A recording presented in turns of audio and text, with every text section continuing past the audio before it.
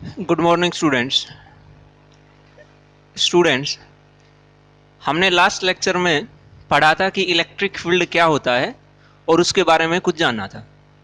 आज हम electric field निकालेंगे पॉइंट ऑफ चार्जेस, लेकिन वहां एक पॉइंट चार्ज नहीं होंगे, बहुत सारे चार्जेस होंगे। उन सब चार्जेस के कारण एक पर्टिकुलर पॉइंट पे हम इलेक्ट्रिक फील्ड इंटेंसिटी निकालते हैं। सो टॉपिक रहेगा हमारा आज का electric field intensity at a point due to number of charges.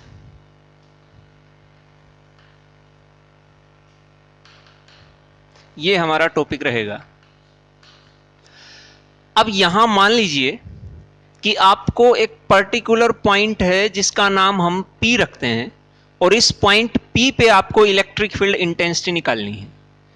और यहां इस पॉइंट P पे जो इलेक्ट्रिक फील्ड इंटेंसिटी निकलेगी वो बहुत से चार्जेस के कारण निकालनी है। मान लीजिए कि यहां एक चार्ज रखा है Q1, यहां एक चार्ज रखा है Q2, यहां एक चार्ज रखा है Q3, और भी चार्ज हम मान सकते हैं, लेकिन यहां हम इन तीन चार्जेस को मान के चलेंगे।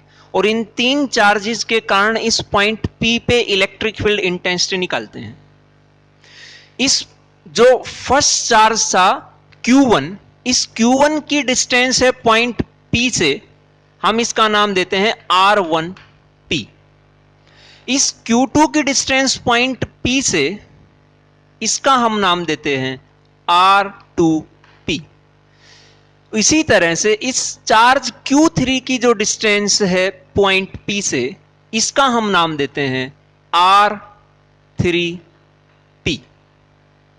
अब इन तीनों चार्जेस की डिस्टेंस हमें पता है, तीनों चार्जेस की वैल्यू हमें पता है, तो यहां इस पॉइंट P पे इलेक्ट्रिक फील्ड इंटेंसिटी निकालने की कोशिश करते हैं। आपको इलेक्ट्रिक फील्ड इंटेंसिटी का फॉर्मूला पता है, वो होता है 1/4 epsilon not Q upon R square. ये इलेक्ट्रिक फील्ड इंटेंसिटी का फॉर्मूला हमने लास्ट लेक्चर में ड्राइव किया था। अब इसी फॉर्मूले की मदद से हम इस पॉइंट P पे इलेक्ट्रिक फील्ड इंटेंसिटी निकालते हैं। सबसे पहले इस चार्ज Q1 के कारण पॉइंट P पे इलेक्ट्रिक फील्ड इंटेंसिटी निकालते हैं। So electric field intensity at P due to charge Q1, और ये हमारी रहेगी, इसका हमने नाम दे दिया है E1। E1 equals to 1/4 epsilon naught Q1 upon जो डिस्टेंस है इन दोनों के बीच वो है R1P और इसका स्क्वायर। यहां तक तो हमने सिर्फ इलेक्ट्रिक फील्ड इंटेंसिटी की मैग्नीट्यूड की बात की है। अगर इसकी डायरेक्शन की बात करें तो ये एक पॉजिटिव चार्ज है, और पॉजिटिव चार्ज के कारण इलेक्ट्रिक फील्ड की जो डायरेक्शन हमने बताई थी वो उससे दूर होती हुई दिख रही थी। जैसे कि अगर यहां एक प्लस चार्ज है, उस प्लस चार्ज से जो इलेक्ट्रिक फील्ड लाइंस की डायरेक्शन होगी वो कुछ इस तरह से हमने बताई थी। तो यहां आप देखिए ये रेडियली आउटवर्ड है, उस पॉइंट चार्ज से दूर होती हुई दिख रही है। सिमिलरली यहां भी प्लस चार्ज है, और इस प्लस चार्ज से जो इलेक्ट्रिक फील्ड की डायरेक्शन होगी वो इससे दूर जाती हुई दिखेगी, और ये डायरेक्शन होगी इस फर्स्ट चार्ज के कारण इलेक्ट्रिक फील्ड इंटेंसिटी की। इसका हमने नाम दे दिया है E1। ये डायरेक्शन हम इस तरह से रिप्रेजेंट करेंगे, ये यूनिट वेक्टर R1P इस इलेक्ट्रिक फील्ड इंटेंसिटी की डायरेक्शन हमें बताएगा। ये फर्स्ट चार्ज के कारण हमने इलेक्ट्रिक फील्ड इंटेंसिटी निकाल ली है। सिमिलरली हम सेकंड और थर्ड चार्ज के कारण भी इलेक्ट्रिक फील्ड इंटेंसिटी निकालते हैं। So electric field intensity due to charge Q2 and Q3, वो हमारी रहेगी E2, that is equals to 1/4 epsilon naught Q2, क्योंकि सेकेंड चार्ज के कारण है, upon distance between point of calculation जहां हमें इलेक्ट्रिक फील्ड इंटेंसिटी निकालनी है और जहां ये चार्ज रखा हुआ है, इन दोनों के बीच की डिस्टेंस, और वो डिस्टेंस है R2P, इसका स्क्वायर। यहां तक हमने इसकी मैग्नीट्यूड बता दिया है। डायरेक्शन जिस तरह से फर्स्ट चार्ज की बताई थी वैसे ही सेकंड की बताएंगे। यहां भी ये प्लस चार्ज है तो यहां भी डायरेक्शन जो है इससे दूर होती हुई दिखेगी, इससे दूर होंगी इलेक्ट्रिक फील्ड लाइंस। तो यहां जो डायरेक्शन आएगी वो आएगी अपवर्ड। ये जो डायरेक्शन आई है ये डायरेक्शन है आपकी E2 की। तो हम इसकी डायरेक्शन रिप्रेजेंट करेंगे by unit vector R2P cap. This is the electric field intensity at point P due to charge Q2। Similarly due to charge Q3 हम इलेक्ट्रिक फील्ड इंटेंसिटी निकालें तो इसकी वैल्यू आएगी आपके पास 1/4 pi epsilon not Q3 upon distance between charge and point of calculation, और उसका square आएगा, केवल डिस्टेंस नहीं, डिस्टेंस का स्क्वायर, सो R3P स्क्वायर। यहां तक फिर से मैग्नीट्यूड, डायरेक्शन जो आएगी, यहां ये प्लस चार्ज है तो इससे भी दूर होती हुई दिखेंगी, लेकिन यहां दूर होने का मतलब डाउनवर्ड डायरेक्शन में आएंगी। तो यहां जो डायरेक्शन आई है वो आई है डाउनवर्ड। ये जो direction I this is for E3, तो यहां हम लिखेंगे R3P कैप, ये थर्ड चार्ज के कारण। इसी तरह से अगर आपके पास और चार्जेस दे रखे हों तो उन चार्जेस के कारण भी आप ऐसे ही निकालेंगे। अब जो नेट इलेक्ट्रिक फील्ड इंटेंसिटी आएगी इस पॉइंट P पे, उसके लिए आपने प्रिंसिपल ऑफ सुपरपोजिशन पढ़ा था जब हमने फोर्सेस की, जब हमने इलेक्ट्रोस्टैटिक फोर्स की बात की थी वहां। तो हमने अगर एक पॉइंट पे बहुत सारे चार्जेस के कारण इलेक्ट्रोस्टैटिक फोर्स निकाला था और टोटल फोर्स निकालने के लिए हमने उन सब का वेक्टोरिकली ऐड कर दिया था, सबका सम कर दिया था, उसी का नाम था प्रिंसिपल ऑफ सुपरपोजिशन। वो यहां भी एप्लीकेबल है और यहां भी हम उसी चीज का यूज करेंगे और इस पॉइंट P पे नेट इलेक्ट्रिक फील्ड इंटेंसिटी की वैल्यू बताएंगे। Now net electric field intensity at point P, that is equals to E equals to E1 plus E2 plus E3। यहां हमारे पास तीन ही चार्जेस थे तो हम सिर्फ इन तीन की ही बात करेंगे, और ये जो रिजल्ट लिखा है ये हमने प्रिंसिपल ऑफ सुपरपोजिशन से लिखा है। अब E1 E2 E3 की आप वैल्यू रख दीजिए 1/4 पाई एप्सिलॉन नॉट। यहां जब वैल्यू आप पुट करेंगे तो तीनों में देखिए ये फैक्टर सेम रहेगा, तो इस फैक्टर को हम डायरेक्ट बाहर लिख रहे हैं, ब्रैकेट के अंदर आएगा। फर्स्ट के लिए Q1 upon R1P square and R1P cap, ये यूनिट वेक्टर है जो डायरेक्शन बता रहा है, plus Q2 upon R2P square R2P cap plus Q3 upon R3P square और R3P कैप। ये नेट इलेक्ट्रिक फील्ड इंटेंसिटी की वैल्यू आपके पास आ गई है किसी एक पर्टिकुलर पॉइंट पे जिसका हमने नाम दिया था P। इस तरह से आप नंबर ऑफ चार्जेस के कारण किसी एक पॉइंट पे इलेक्ट्रिक फील्ड इंटेंसिटी निकाल सकते हैं। ये था आपका electric field intensity at a point P due to number of charges. Next topic है हमारा electric field lines. Electric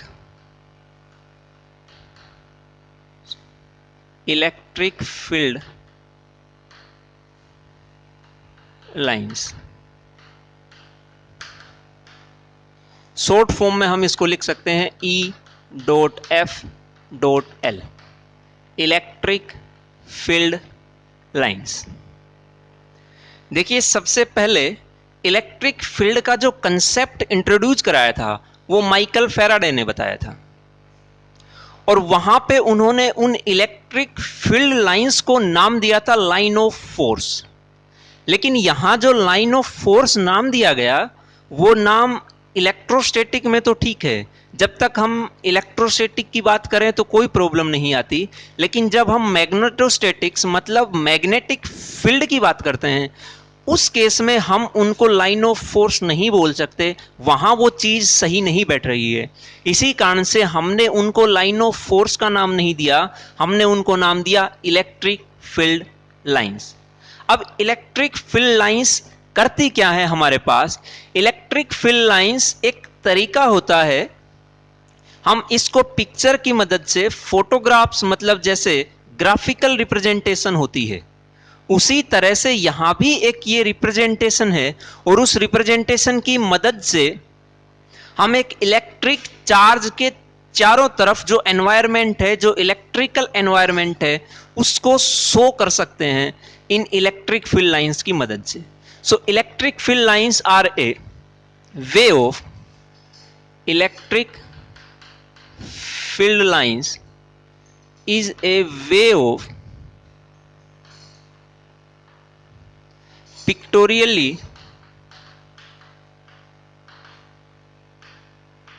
mapping of electrical environment around a electric charge। जैसे यहां हमने इस प्लस चार्ज के कारण जो इलेक्ट्रिक फील्ड लाइंस थी वो इलेक्ट्रिक फील्ड लाइंस इस तरह से ड्रॉ की है, ये पिक्टोरिकली मैपिंग है, और इसकी मदद से हम ये बता पाएंगे कि इस इलेक्ट्रिक चार्ज के चारों तरफ जो इलेक्ट्रिकल एनवायरनमेंट है, मतलब जो इलेक्ट्रिक फोर्स है, वो कहाँ ज़्यादा हो सकता है, कहाँ कम होगा, और कहाँ इलेक्ट्रिक फील्ड ज़्यादा होगा, कहाँ इलेक्ट्रिक फील्ड कम होगा। ये हम आगे देखेंगे कि कैसे हम इनकी मदद से बता पाएंगे। दूसरा हम इलेक्ट्रिक फील्ड लाइंस को कह सकते हैं, electric field lines may be straight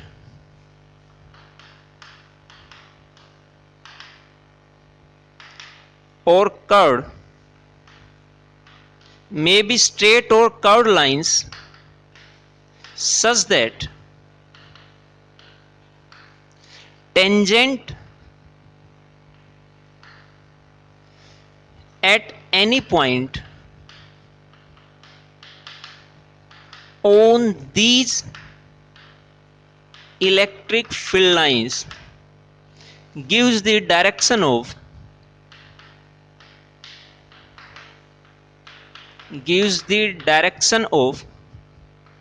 electric field intensity at that or at this particular point। ये इलेक्ट्रिक फील्ड लाइंस स्ट्रेट भी हो सकती हैं, कर्व भी हो सकती हैं, और यहां अगर इन लाइंस के ऊपर किसी एक पर्टिकुलर पॉइंट पे आपको इलेक्ट्रिक फील्ड इंटेंसिटी की डायरेक्शन देखनी है तो उस पॉइंट के लिए हम टेंजेंट ड्रॉ करेंगे, और जो डायरेक्शन टेंजेंट की होगी वही डायरेक्शन उस पॉइंट पे इलेक्ट्रिक फील्ड इंटेंसिटी की होगी। वो 1 by 1 हम आगे पढ़ेंगे तो देखते जाएंगे। सो अब देखते हैं कि जो इलेक्ट्रिक फील्ड इंटेंसिटी है वो स्ट्रेट और कर्व कैसे हो सकती है। आप देखिए, जब प्लस चार्ज था हमारा तो उस प्लस चार्ज के कारण हमने इलेक्ट्रिक फील्ड लाइंस को इस तरह से शो कराया था। ये देखिए, ये electric field lines straight lines हैं, दो पॉइंट्स के बीच यही स्ट्रेट लाइन हो सकती हैं, ये इलेक्ट्रिक फील्ड लाइन स्ट्रेट है। सिमिलरली नेगेटिव चार्ज के लिए अगर हम ड्रॉ करें तो नेगेटिव चार्ज के कारण हमने बताया था कि ये electric field lines radially inward होंगी, तो ये डायरेक्शन आएगी नेगेटिव चार्ज के कारण इलेक्ट्रिक फील्ड लाइंस की। ये तो अलग अलग जब प्लस चार्ज और माइनस चार्ज अलग अलग थे तब था, लेकिन यहीं अगर हम प्लस चार्ज और माइनस चार्ज को कंबाइन करके रखें तो उस सिचुएशन में हमारे पास क्या आएगा। देखिए कि यहां एक प्लस चार्ज रखा हुआ है, यहाँ एक माइनस चार्ज रखा हुआ है, और इन दोनों चार्जेस की कंबाइन इलेक्ट्रिक फील्ड लाइंस आपको ड्रॉ करनी है। एक ऐसा सिस्टम है जिसमें प्लस चार्ज और माइनस चार्ज दोनों हैं, और उन दोनों चार्जेस के लिए कंबाइन इलेक्ट्रिक फील्ड लाइंस आपको ड्रॉ करनी है।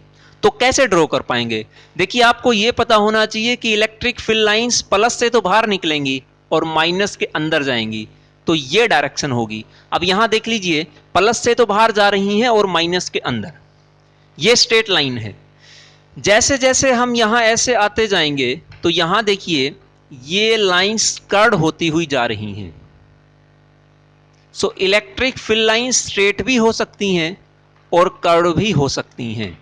इस तरह से ये इलेक्ट्रिक फील्ड लाइंस प्लस से तो निकलती रहेंगी और माइनस में एंटर करती रहेंगी। ये था प्लस और माइनस चार्ज जब हो तब। अगर आपके पास दो चार्जेज हों और दोनों ही चार्जेज सेम साइन के हों, तब क्या सिचुएशन आएगी? और यहां हम मान के चलते हैं कि दोनों चार्जेस प्लस साइन के साथ हैं, तो यहां एक प्लस चार्ज और एक दूसरा प्लस चार्ज यहां है। अब यहां जो इलेक्ट्रिक फील्ड लाइंस है, यहां तो दोनों में से ही बाहर निकलेंगी और इन दोनों के बीच अट्रैक्शन नहीं रिपल्सन होगा, तो ना इसकी इलेक्ट्रिक फील्ड लाइंस इधर आ पाएंगी, ना इसकी इलेक्ट्रिक फील्ड लाइंस इधर आ पाएंगी। तो यहां जो इलेक्ट्रिक फील्ड लाइंस आएंगी, इसके लिए तो इस तरफ आएगी, इसके लिए इस तरफ आएगी, दूसरी इस तरफ आएगी, इसके लिए भी इस तरफ आएगी। कहने का मतलब जो इलेक्ट्रिक फील्ड लाइंस थी वो इनके नजदीक नहीं जा पाएंगी, इनसे दूर ही रहेंगी। यहां प्लस लिया है, माइनस लेते तो डायरेक्शन इन एरो की अपोजिट होती, लेकिन कंडीशन यहां भी ऐसे ही सेम रहती। और यहां इन दोनों के बीच एक पॉइंट जो आएगा सेंटर में, इनकी डिस्टेंस जितनी है उस डिस्टेंस का सेंटर पॉइंट अगर 2 मीटर है तो 1 मीटर की डिस्टेंस पे जो पॉइंट आएगा, उस पॉइंट के ऊपर जो इलेक्ट्रिक फील्ड इंटेंसिटी रहेगी वो 0 रहेगी, क्योंकि उस पॉइंट पे ना तो इसकी इलेक्ट्रिक फील्ड इंटेंसिटी पहुंच पा रही है और ना ही इसकी इलेक्ट्रिक फील्ड इंटेंसिटी पहुंच पा रही है, जिस कारण से इस पॉइंट P पे जो इलेक्ट्रिक फील्ड इंटेंसिटी रहेगी उसकी वैल्यू होगी 0।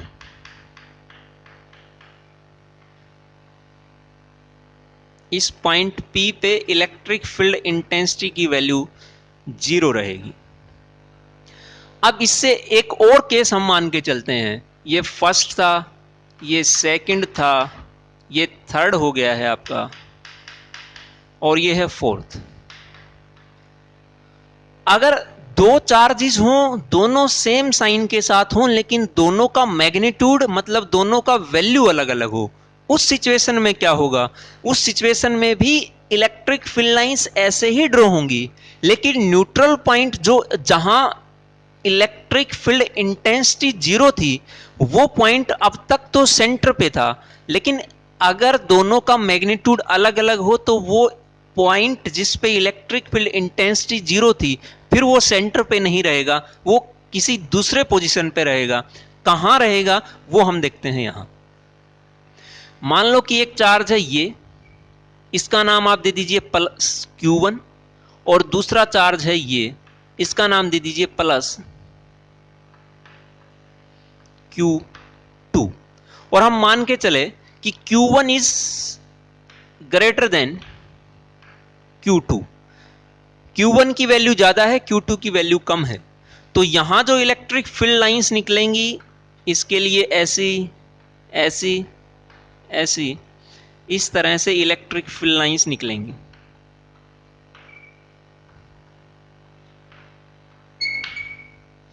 यहां जो इलेक्ट्रिक फील्ड लाइंस होंगी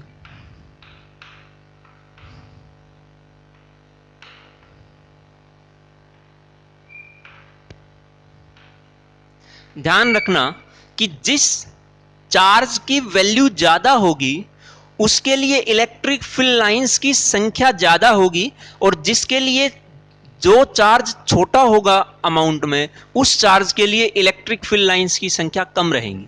इसी कारण से यहां हमने इलेक्ट्रिक फील्ड लाइंस ज्यादा दिखाई, यहां इलेक्ट्रिक फील्ड लाइंस कम दिखाई। अब बात आती है कि इन दोनों के बीच जो इलेक्ट्रिक इंटेंसिटी जीरो रहेगी वो किस पॉइंट पे रहेगी। इन दोनों के बीच जो पॉइंट रहेगा वो पॉइंट इस स्मॉलर चार्ज के नजदीक रहेगा। इस सिचुएशन में जो इलेक्ट्रिक फील्ड इंटेंसिटी जिस पॉइंट पे जीरो रहेगी वो पॉइंट हम उसका नाम P रखते हैं और वो पॉइंट P इस Q2 के नजदीक रहेगा। मतलब जो चार्ज स्मॉल अमाउंट में रहेगा, जिस चार्ज की वैल्यू कम रहेगी, उस चार्ज के नजदीक इलेक्ट्रिक फील्ड इंटेंसिटी जीरो रहेगी। ये जब हम न्यूमेरिकल्स करेंगे तो उसमें भी ये चीज यूज होगी और वहां हम इजीली देख पाएंगे कि किसके नजदीक जीरो होती है, किसके नजदीक जीरो नहीं होती। सो इस Q2 के नजदीक पॉइंट P है और इस पॉइंट P पे इलेक्ट्रिक फील्ड इंटेंसिटी की वैल्यू जीरो रहेगी। ये पिक्टोरिकली रिप्रेजेंटेशन थी इलेक्ट्रिक फील्ड लाइंस की डिफरेंट चार्ज कॉन्फ़िगरेशन के कारण। अब हम इन इलेक्ट्रिक फील्ड लाइंस की प्रॉपर्टीज देखते हैं कि इलेक्ट्रिक फील्ड लाइंस की प्रॉपर्टीज क्या क्या हो सकती हैं।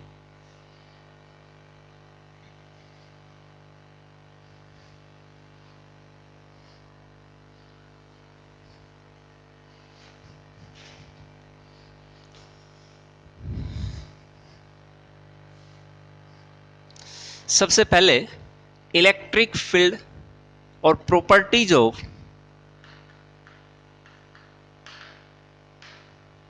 Electric field lines.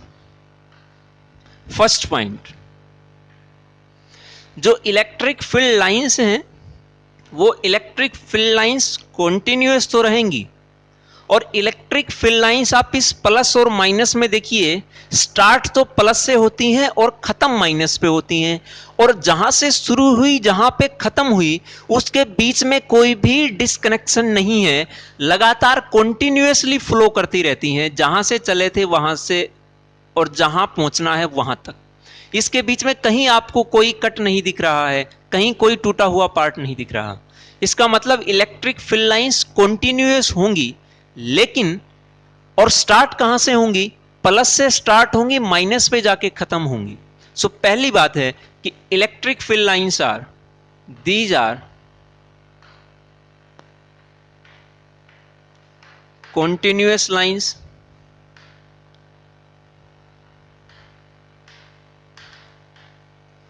and start from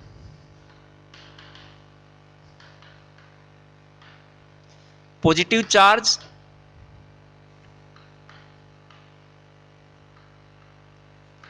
and end at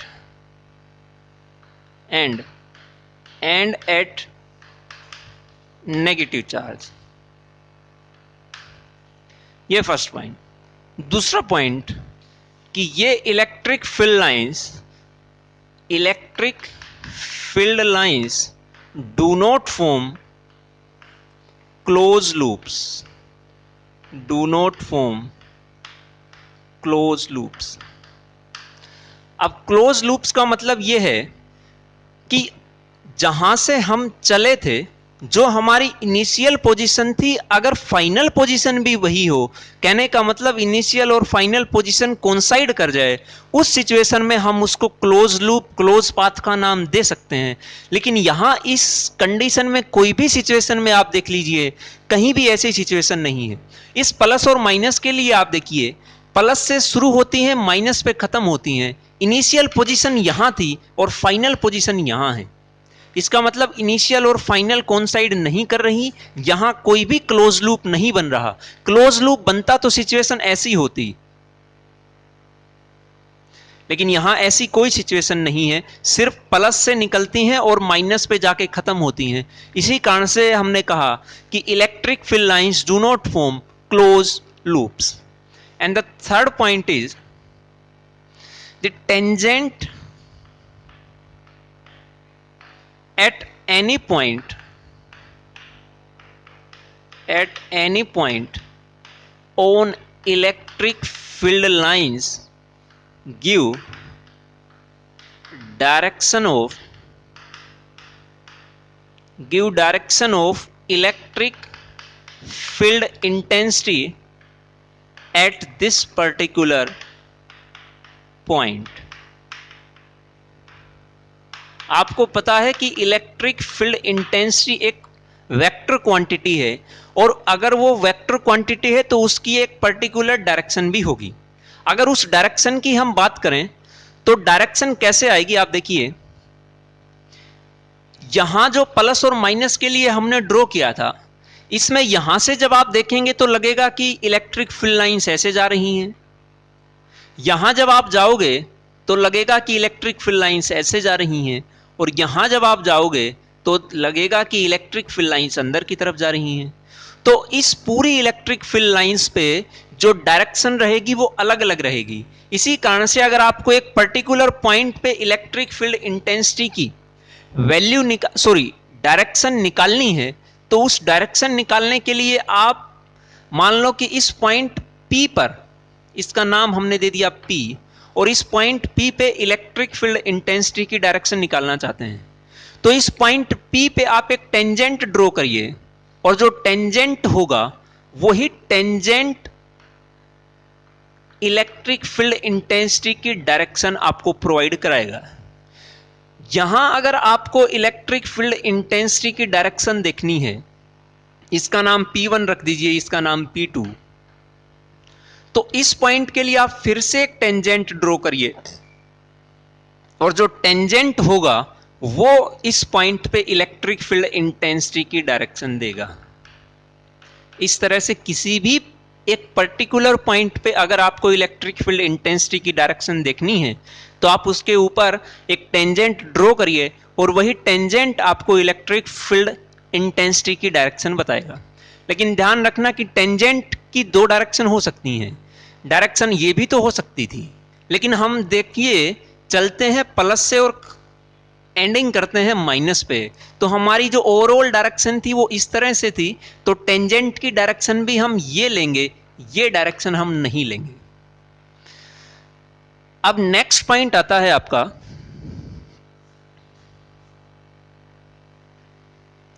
कि जो इलेक्ट्रिक फील्ड इंटेंसिटी होती है, वो इलेक्ट्रिक फील्ड इंटेंसिटी जो दो इलेक्ट्रिक फील्ड लाइंस होंगी वो कभी भी इंटरसेक्ट नहीं करेंगी।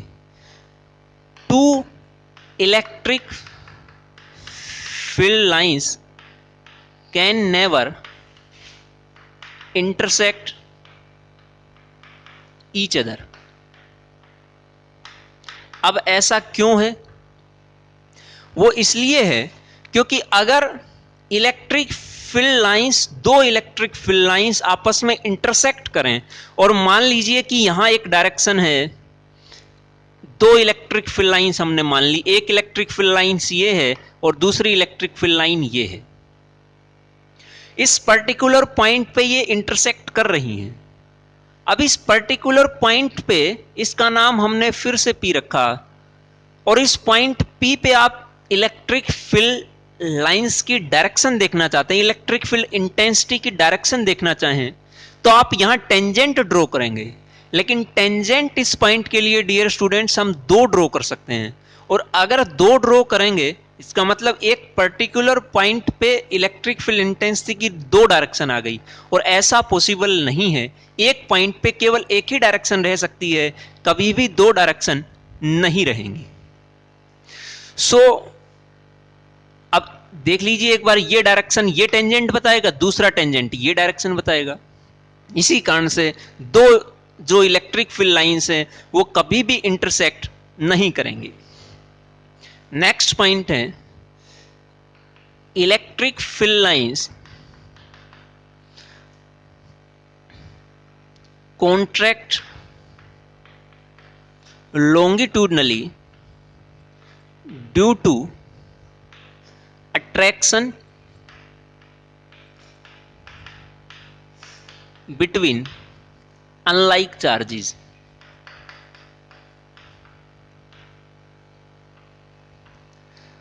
आपको पता है कि दो अपोजिट साइन के चार्जेस प्लस और माइनस आपस में एक दूसरे को अट्रैक्ट करते हैं, और अट्रैक्ट करेंगे तो दोनों एक दूसरे की तरफ बढ़ते हुए जाएंगे। तो मान लीजिए पहले हमने उनको यहां रखा, तो यहां ये प्लस था ये माइनस था, इन दोनों के बीच में इलेक्ट्रिक फील्ड लाइंस हैं।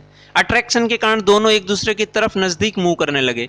तो पहले जो इलेक्ट्रिक फील्ड लाइंस की जो लेंथ थी वो इतनी थी, धीरे धीरे ये नजदीक होते जाएंगे तो डिस्टेंस कम हुई, तो इलेक्ट्रिक फील्ड लाइंस की जो वैल्यू या जो लेंथ थी वो भी कम होती हुई जाएगी। इसी का मतलब कि electric field lines contract longitudinally due to attraction between unlike charges. लेकिन ये एक्सपेंड भी हो सकती हैं इससे अगर अपोजिट हम केस लें कि यहां लाइक चार्जेस हों, मतलब दो सेम साइन के चार्जेस हों, तो वहां जो है डिस्टेंस बढ़ती हुई जाएगी, तो इलेक्ट्रिक फील्ड लाइंस की जो लेंथ थी वो भी बढ़ती हुई जाएगी। तो वो एक्सपेंड भी कर सकती हैं और कॉन्ट्रैक्ट भी कर सकती हैं। वो हमें देखना पड़ेगा कि लाइक चार्जेस हैं या अनलाइक चार्जेस। ये थी आपकी इलेक्ट्रिक फील्ड लाइंस की प्रॉपर्टीज। अब आपको यह पता है कि जो इलेक्ट्रिक फील्ड इंटेंसिटी होती है वो इलेक्ट्रिक फील्ड इंटेंसिटी डिस्टेंस के ऊपर डिपेंड करती है। कैसे डिपेंड करती है? वो electric field intensity inversely proportional to square of distance, इस तरह से वो डिपेंड करती है। मतलब अगर जैसे जैसे हम डिस्टेंस बढ़ाते जाएंगे पॉइंट ऑफ कैलकुलेशन और सोर्स चार्ज के बीच की, तो वो इलेक्ट्रिक फील्ड इंटेंसिटी की वैल्यू या मैग्नीट्यूड धीरे धीरे कम होता चला जाएगा। इसी चीज को हम पिक्टोरिकली रिप्रेजेंट करने की कोशिश करते हैं। मान लीजिए कि यहां एक प्लस चार्ज है, इस प्लस चार्ज से जो इलेक्ट्रिक फील्ड लाइंस निकलेंगी वो कुछ इस तरह से निकलेंगी, मतलब इससे दूर होती हुई जाएंगी।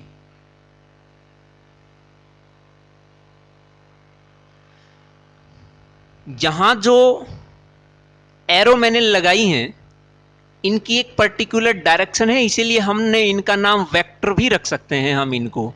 और आप देखिए इन वेक्टर्स की जो लेंथ है वो धीरे धीरे मैं कम करता हुआ जा रहा हूं।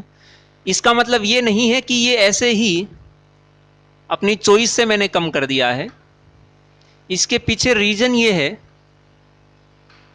कि जहां लेंथ ज्यादा है वेक्टर की वहां इलेक्ट्रिक फील्ड इंटेंसिटी की वैल्यू भी ज्यादा है, और जहां इन वेक्टर्स की लेंथ कम हो रही है वहां पे इलेक्ट्रिक फील्ड इंटेंसिटी की वैल्यू भी कम होती हुई जा रही है। इसी कारण से हमने इनकी लेंथ को कम ज्यादा किया है।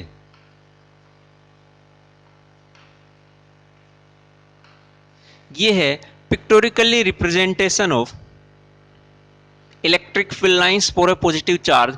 और इसमें हमने ये वेक्टर्स लिए हैं, यहां वेक्टर की जो लेंथ है इस पूरे रीजन में वो सबसे ज्यादा है, ऊपर जाएंगे तो लेंथ कम होती हुई जाएगी। इसका रीजन ये है कि इतने रीजन में जहां लेंथ ज्यादा है वहां इलेक्ट्रिक फील्ड इंटेंसिटी भी ज्यादा है। अगर मैं यहां एक पॉइंट चूज करूं और इसका नाम दे दूं P, और यहां एक पॉइंट चूज करूं इसका नाम दे दूं Q, और मैं पूछता हूं कि पॉइंट P और Q के में से किस पे इलेक्ट्रिक फील्ड इंटेंसिटी की वैल्यू ज्यादा रहेगी, तो आप देखिए कहां पे जो इलेक्ट्रिक फील्ड लाइंस या जो वेक्टर्स थे वो किस पॉइंट के लिए ज्यादा लेंथ रखते हैं। इस पॉइंट P पे वो लेंथ ज्यादा है, पॉइंट Q वाले रीजन में जब जाएंगे तो उस रीजन में लेंथ कम होती हुई जा रही है। इसका मतलब एट पॉइंट